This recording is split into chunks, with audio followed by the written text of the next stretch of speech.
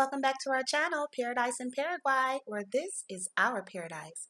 Also, make sure to like us and follow us on our Facebook fan page, Instagram, and Twitter, all at Paradise in Paraguay. And while you're here, go ahead and hit that subscribe button. Now, sit back, relax, and enjoy today's episode.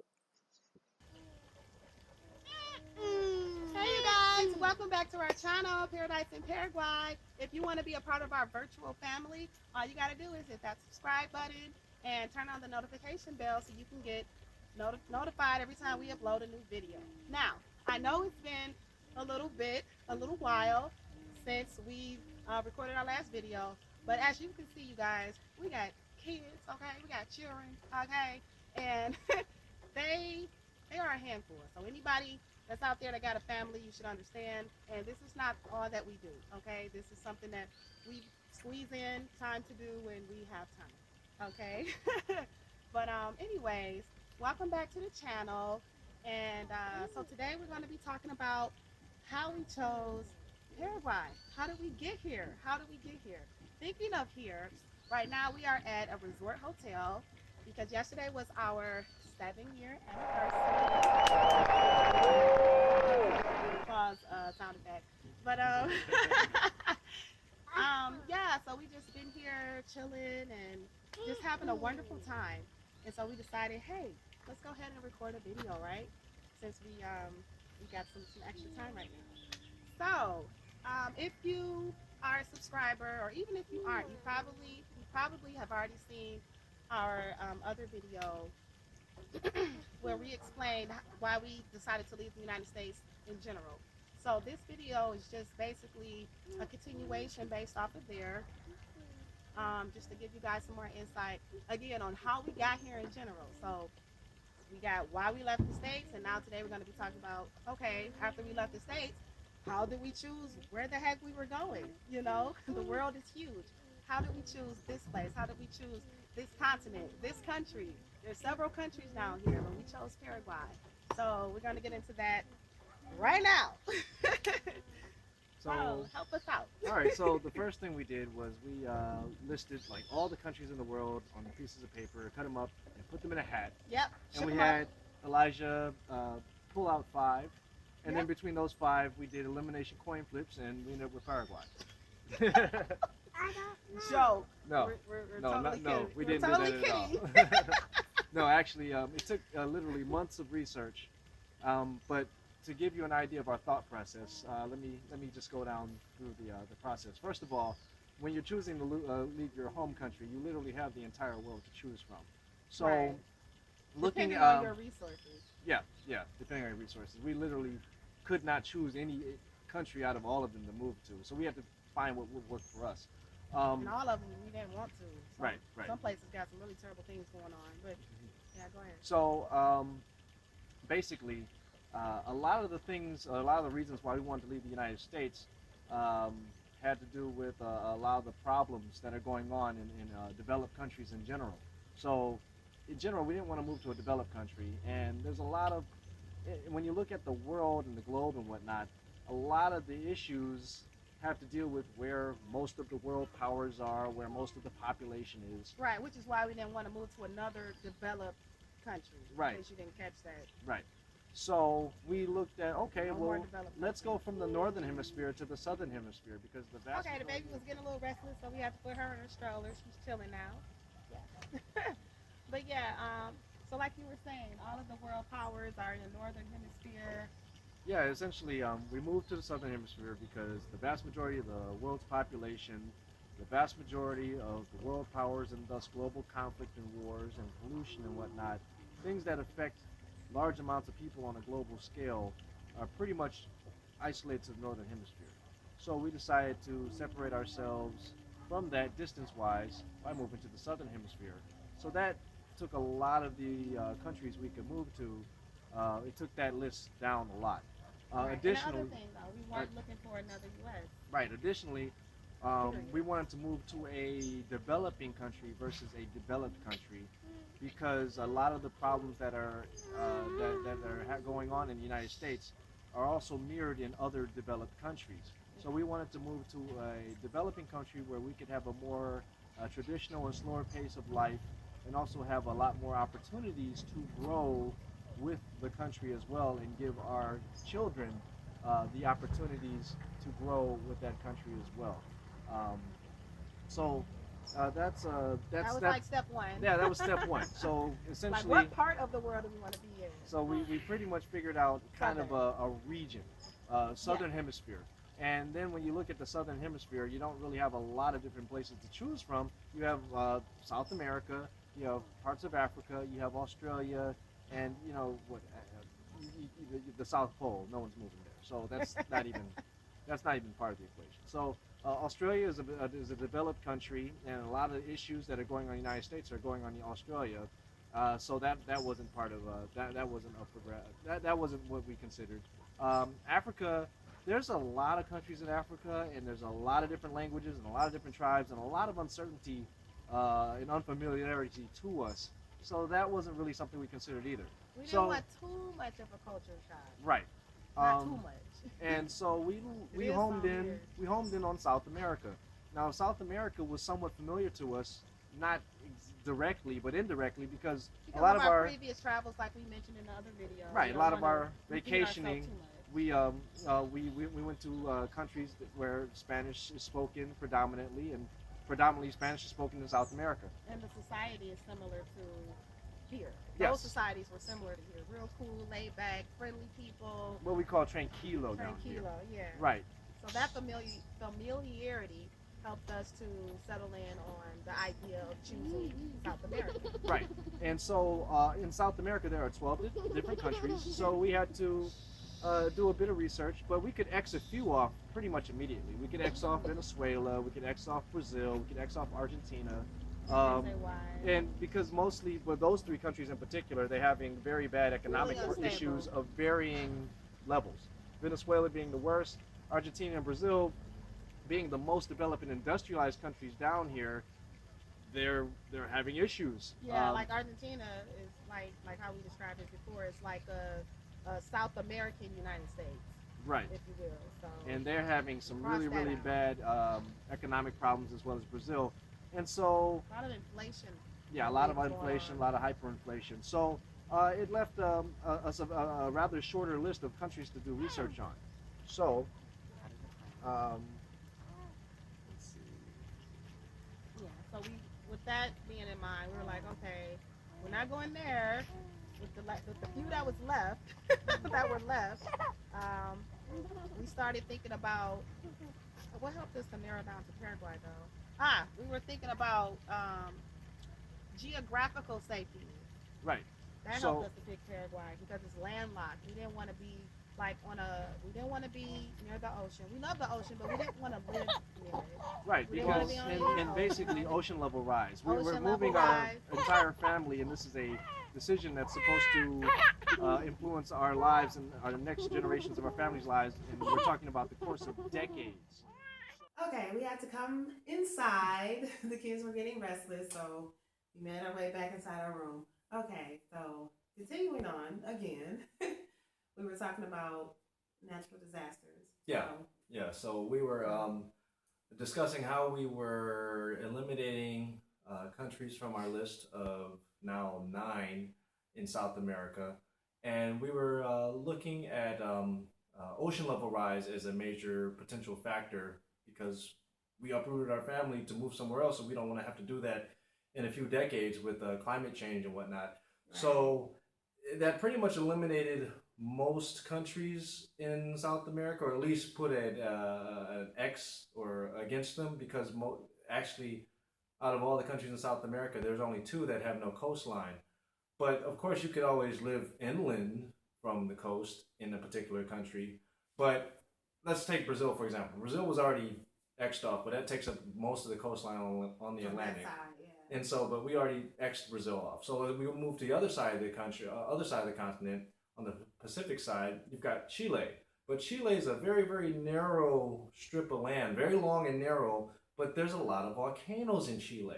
And so that's another natural disaster or set of natural disasters we didn't want to have to potentially deal with. Not at all. Not at all. You know, because with volcanoes or volcanic activity also comes earthquakes. So we didn't want to deal with that at all. So it was pretty easy to let's look inland more. And so the only two countries that are inland with no coastline are Paraguay and Bolivia. Yeah. Now Bolivia also has volcanic activity, and So, also X. well that and also Bolivia is a little bit further to the north, which makes it hotter and more arid and less. There's less arable land than in Paraguay. So we were looking between those two, and it's like, well, let's look more into Paraguay a bit. So we looked into Paraguay a bit more, and we realized the only real natural disasters Paraguay experiences are floods, like river floods. So that can easily be mitigated by where you live. If you don't live near a river, well, you're not going to experience.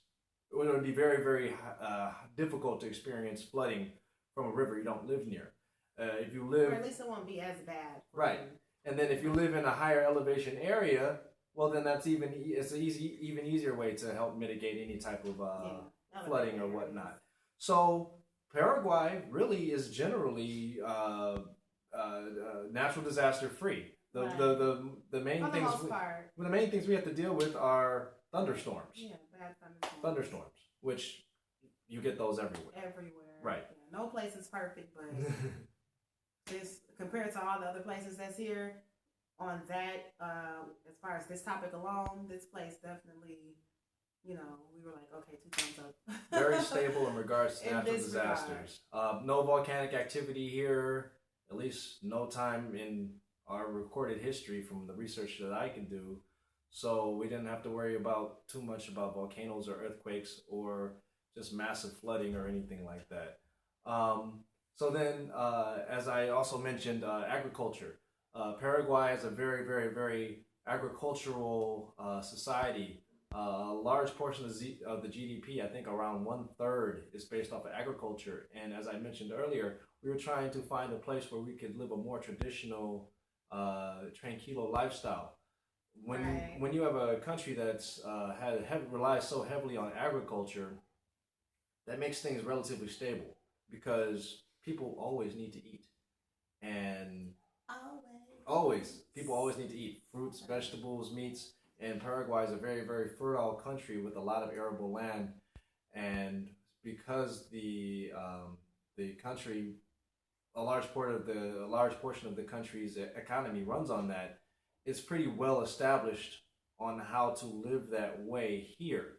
So that was a plus because ultimately we'd like to have our own farm here. Right, we want land. Yes. So which was another reason that made us cross out Bolivia, like you were saying, like it's really, really hot. It's hot and drier, so yeah, it's a lot drier. Not good. Not good for if it is good for agriculture, it's not as good as Paraguay.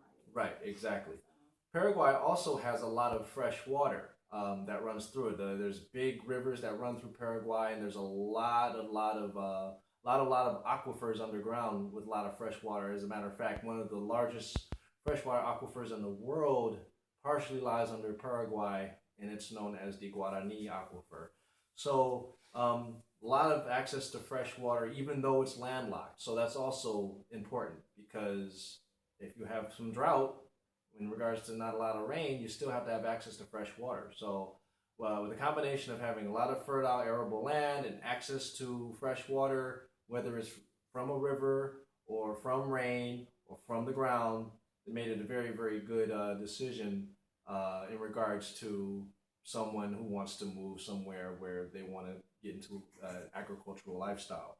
Right. We also had to consider the stability of the government.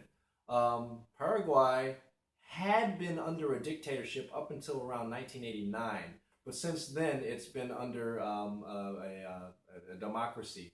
So the government's relatively stable. Relatively. Yeah, it's relatively stable. Issues here and there, but so, but yeah, generally everything's pretty stable.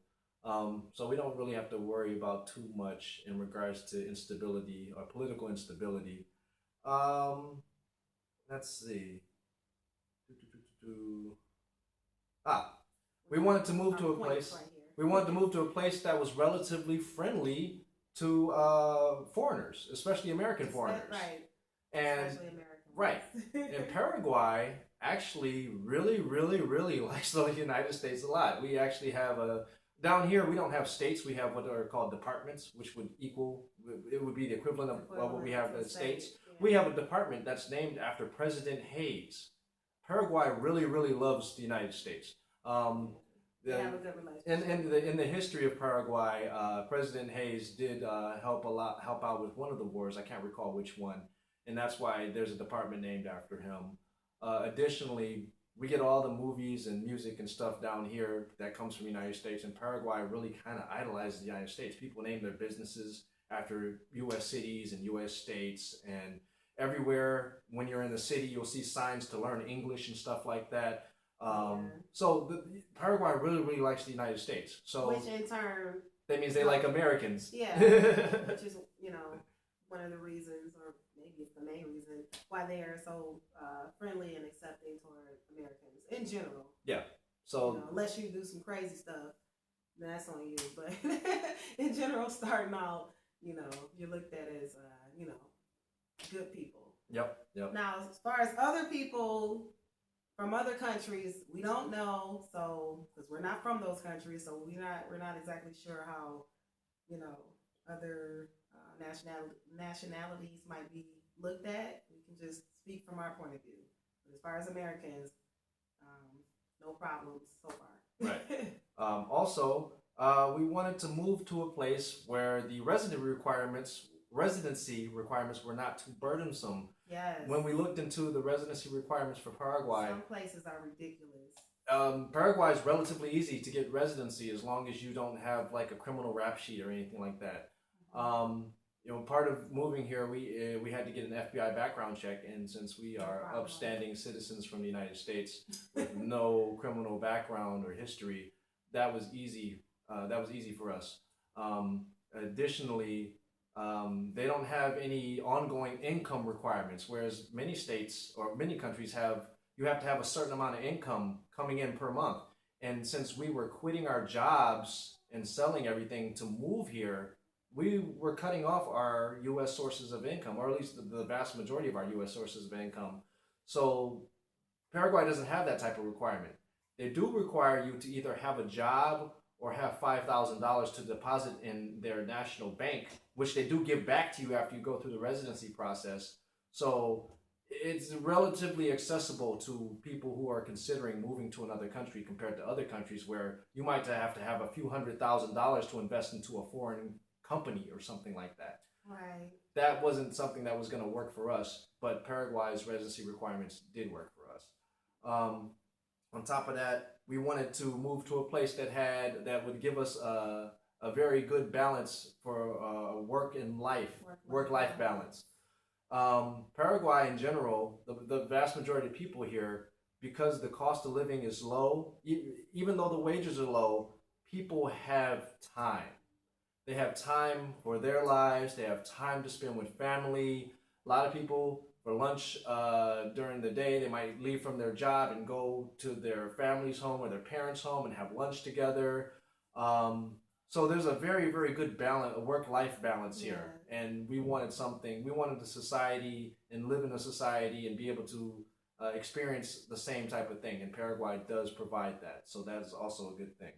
In general, there are some people that, don't have as much tranquilo, as we call it, but that's probably from their own choices. Maybe they're part of, maybe they're running a business and it just requires a lot more time for them to get to the goals that they have established. But in general, like the regular, normal working class people tend to be, at a very peaceful state of mind from what we can see. Yeah. Actually, for lunch, a lot of businesses, the smaller ones, and Yeah, there's a they lot all of they smaller, close for, yeah. like, is it an hour? It could be an hour, it could be 2 hours, Yeah, it depends. Yeah, it depends. But yeah, a lot of businesses close for lunch, so people can have that time to lunch and take a siesta or whatnot. It is pretty hot here, so in the middle of the day, it tends to be the hottest. So yeah, siestas happen here as well. One of the cultural things we like about it. Yes. Let's see what else we've got here. we also had to move to a country that had a Church of Christ. We are members of the Church of Christ. Well, we were, well, we still are. Remember, we were members of the Church of Christ in the United States, and we wanted to move to a country that had an established body of the Church of Christ. And Paraguay really only had 2 congregations, but all you really need is one to join one. So that was important for us, so we could still have a very familiar faith life. Yeah, a familiar place to worship. Yes. And, yeah, we want to, of course, we have children, so we want to have a place where we can spiritually raise our children. Yes. So, yeah, that would have been a deal breaker, I think, if there was no Church of Christ.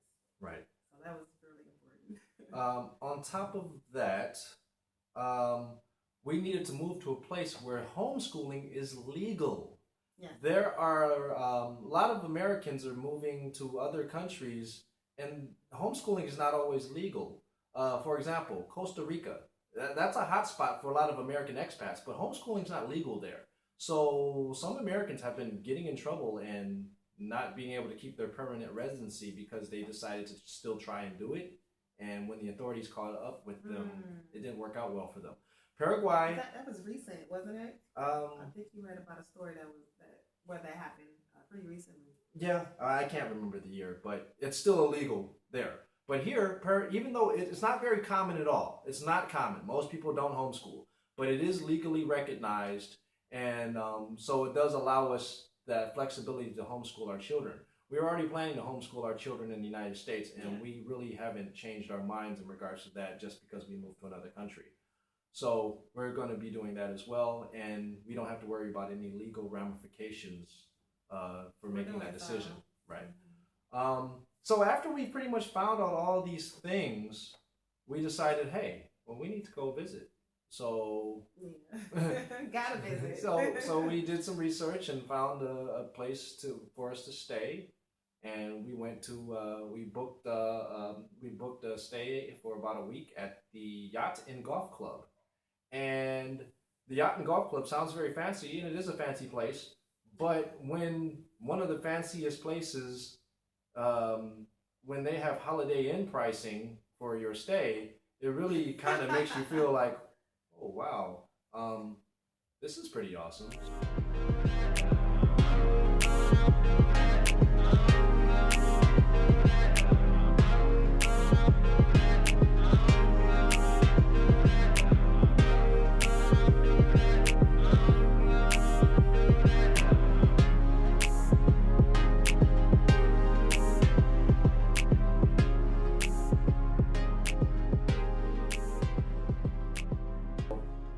A bit taken back in a positive way. Yes.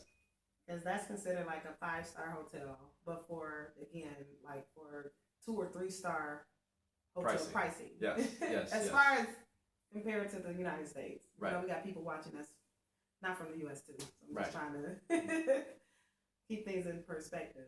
So we visited, and at the time, we the only contacts we had made prior to visiting, we had found a lawyer on the internet that helps with residency who was marketing towards Americans. He had his website in English and whatnot. It was a .com domain, I believe.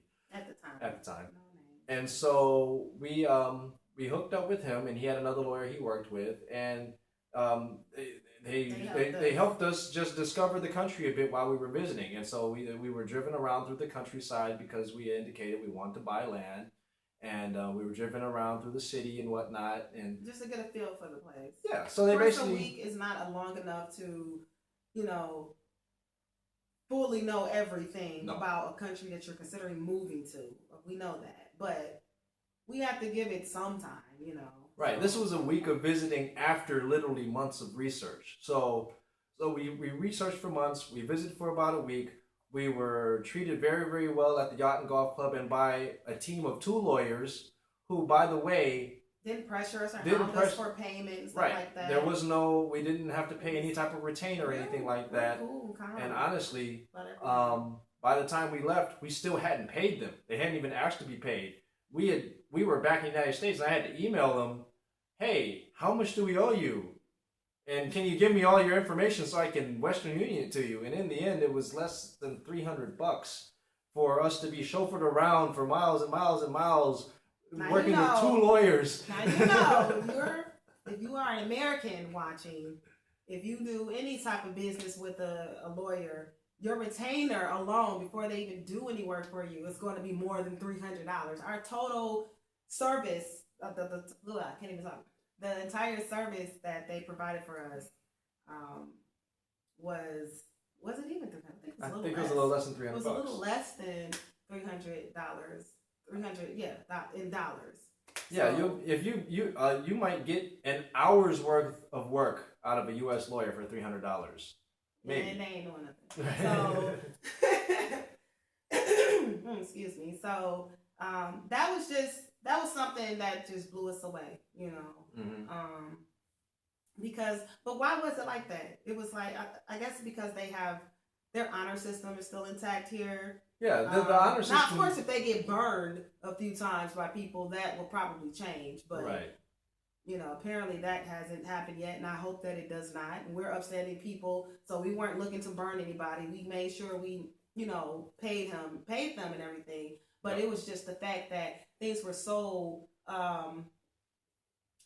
laid back, you know, with the whole process and everything, and with payment and stuff. Like we just didn't feel any pressure. We just didn't feel any pressure from them to pay them immediately or to put a retainer down or anything like that. It was cool. Yeah, it was very, very cool and relaxed, and it just showed how that was a sign for us that, you know, money is not super. Of course, everywhere you go, money is important, but it's not like hit over the head. It's not the primary driver of things here. Here, people are just more trusting and more about each people and each other in general, instead of prioritizing money over the majority of things. Even when I know this is off subject, but even this is about the culture, but we'll get back on. But even when we go to restaurants and we're having a good time and, you know, we're done eating, they're not quick to bring you the bill to kick you out, you know? Like, you just feel a real sense of coolness and calmness here. Like, you can sit in the restaurant for probably literally an hour or two after you have eaten. Oh, you can sit there as long as you want. And just, you know, and just have a good time and enjoy yourself and chill out without them hounding you, or I won't say hounding you because they don't hound you on the stage, but without you feeling pressure to pay immediately. You can really just enjoy yourself and pay after that. You know? Right. They're not trying to get you out so they can get your table filled with someone else as quickly as possible. They're more about tranquilo, relax, enjoy yourself, because that's just how we do here. Right. On top of that, when we did visit, we happened to visit it during the St. Patrick's Day weekend. It was not by design. It just happened to happen that way. We don't really celebrate St. Patrick's Day in the States. Us personally, we don't. Yeah. But we just happened to be in Paraguay when St. Patrick's Day happened. Yeah. And there was a huge party in the downtown streets. It was just blocks and blocks and blocks of people and stages and different plazas and DJs and music and people just partying.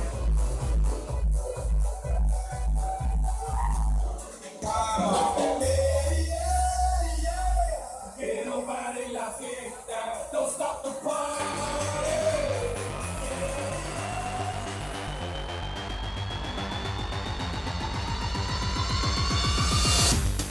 And it was just an awesome experience. And we had our son Elijah. We had a lot of people, of course. Yeah, we had our son. Yeah, they flocked to us because we do look a lot different. But we had our son Elijah, who was less than 1 year old. I had him strapped to me in a baby harness, and we were just enjoying the party. And like people were so welcoming, even though we really couldn't understand them. We could tell by their expressions and how they were speaking to us that they were just really, really happy to see us there, enjoying the time with them. And another thing that was really, really interesting was this party lasted literally until like the sun started coming up, and we were out really, really late. But yeah, they party hard. That's his point. But we saw people that were not employees of the city or anything like that cleaning up the cups and cans as the party was still going on, so things would not get too messy. Like, so there's a sense of pride of the country that we saw during the party. They were just trying to keep things clean during the party, and so it was just it left a really good impression on us. It was refreshing to see that, especially when you are thinking of moving to a developing quote unquote third world country. You might think like, oh, everything is going to be all yucky or dirty or run down. People don't care about what things look like, and it might be that case to a certain extent, even here and even other places. Yes, but what he's trying to say is that it was refreshing to see that that type of mindset that people have, and even us, we're a little guilty of it. To see what we saw, it was refreshing to see that. That's what I'm trying to say. Yes. It was nice to see that they do care about keeping things intact and clean and stuff like that. Everything's not just willy-nilly, oh well, it's a third world country, who cares, it's gonna be crap everywhere. That's not how it is everywhere. There are some places, there's places like that in the States too. Yeah. People don't care, but it was refreshing to see what we saw that night. Additionally, while we were visiting, we looked into just things that we could that would affect the cost of living, like the cost of food, the cost of renting apartments and renting houses, cost of vehicles. Generally, the things you need that are not imported into the country, like food that's grown here domestically, is very inexpensive. Rent for apartments and houses compared to the United States is very inexpensive, unless you're trying to live in a very fancy place or in a fancy zone or something like that. But if you're if you're like us and don't really care, not don't care, but you're okay with living more modestly or not trying to show off to people, then you can live here very, very affordably. So that was another thing, the cost of living.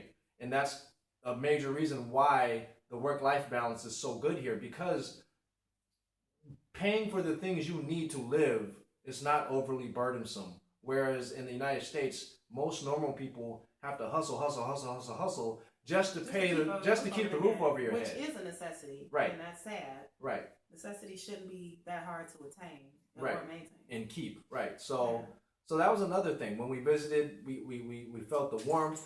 We saw how balanced things were in regards to work and life, how inexpensive it is for the necessities. Now, that's for the necessities. For other things that are possibly imported into the country, they can get a bit expensive. So because the government raises a lot of money through imports and custom fees, but that offsets the very low taxes here. The tax rates are very low. It's pretty much 10% across the board. Unless you're, you don't make a lot of money, then you're not paying taxes at all. Right. So the taxes are low, but import and custom fees are high. So that really, it makes it so anything you really need is inexpensive, and fancier imported stuff is more expensive. And that's not that big of a deal to us. It's a good trade-off from our point of view. Any more points on here? That's about it. We've covered everything I got on my list here. I hope it's not too long. Probably is. Oh, wait a minute. I do have something. Oh, okay. One more thing. Utilities and the general other bills you have to pay. Yeah. Paraguay has like the most powerful hydroelectric dam in the world in regards to how much electricity it produces. It's not the largest, but it is the highest capacity in regards to electricity production. And we did find that out before we moved. Yes. Right? Yes. And so therefore it makes the electricity very inexpensive. So we don't have a gas pipeline system like natural gas pipeline system like is pretty common in the United States. So everything runs off of electricity.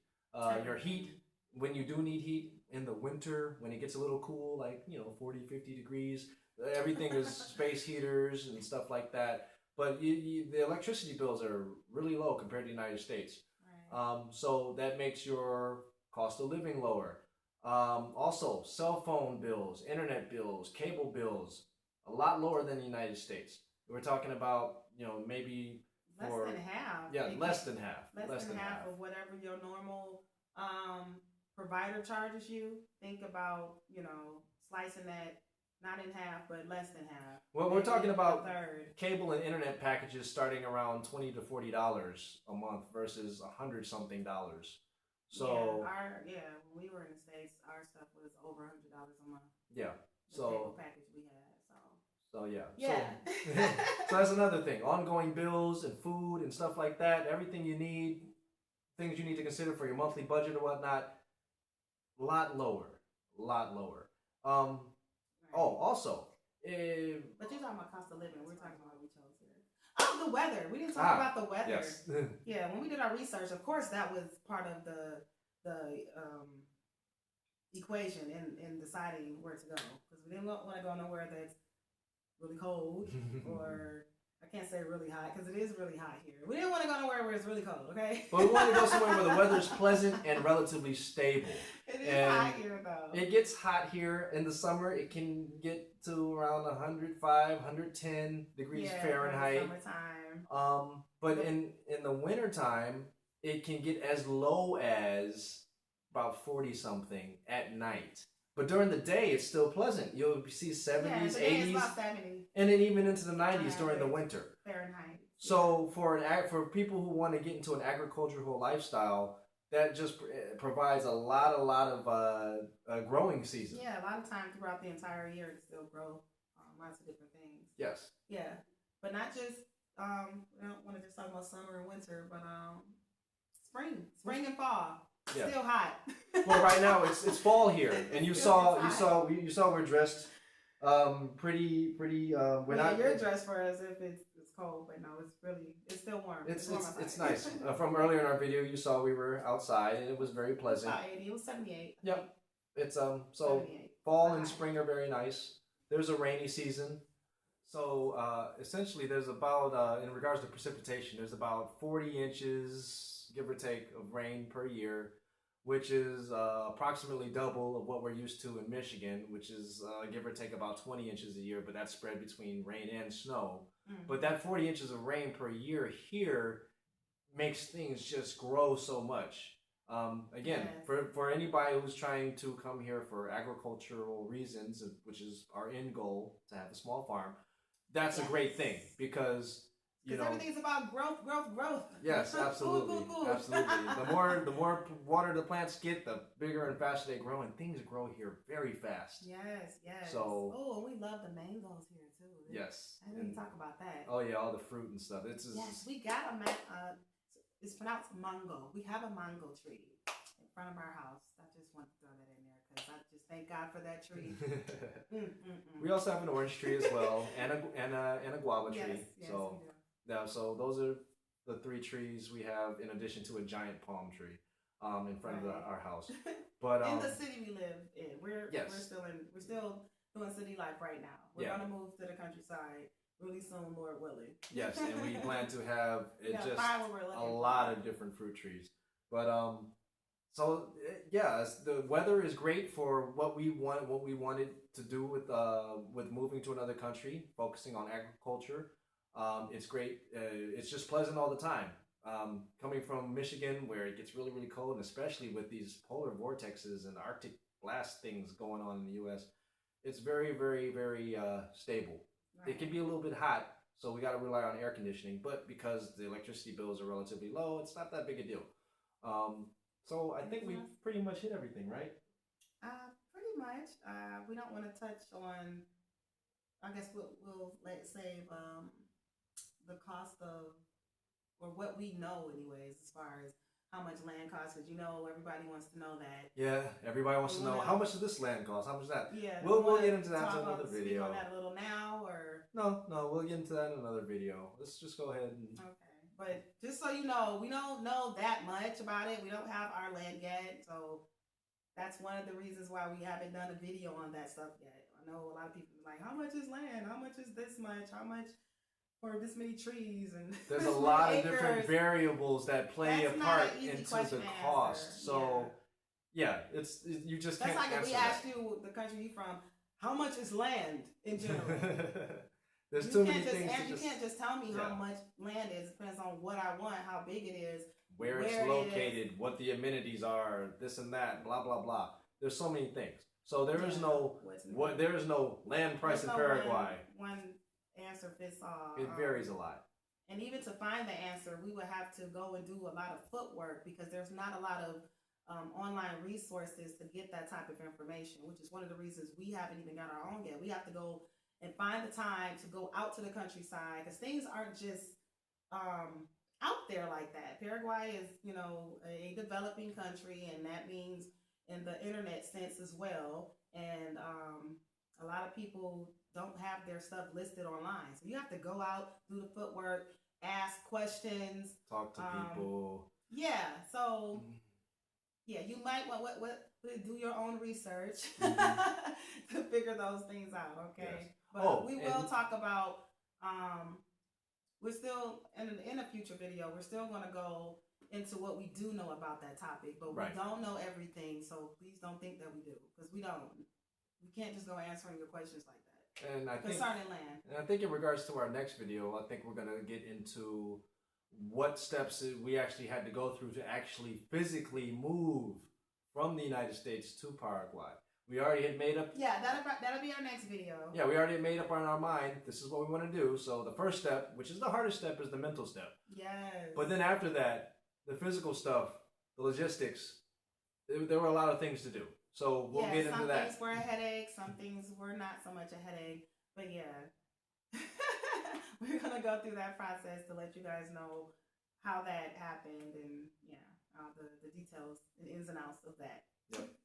So, So I guess that's it. Yeah, that's it. All right. So we hope you guys enjoyed this video. We hope you guys enjoyed the time we were able to spend with you guys today. As you saw earlier, we had we done moved twice and had to get the kids situated. They sleep now, thank God. But yeah, so now we can have some us time. But so please like this video, subscribe to our channel so you can, get the updates and get the notifications on the next time we upload a video. And just continue to follow us on our journey. This is a life blog, aka vlog of our lives. So we enjoy sharing our experiences with you guys. Again, we don't know everything about here. We're still new to here. We're still new here in general, but this channel is just to just enlighten people of our journey. Our journey of us being here and the things that we enjoy about this country and this lifestyle. So please like this video, subscribe, and we will see you guys next time. Later. Ciao, ciao. Nos vemos. Nos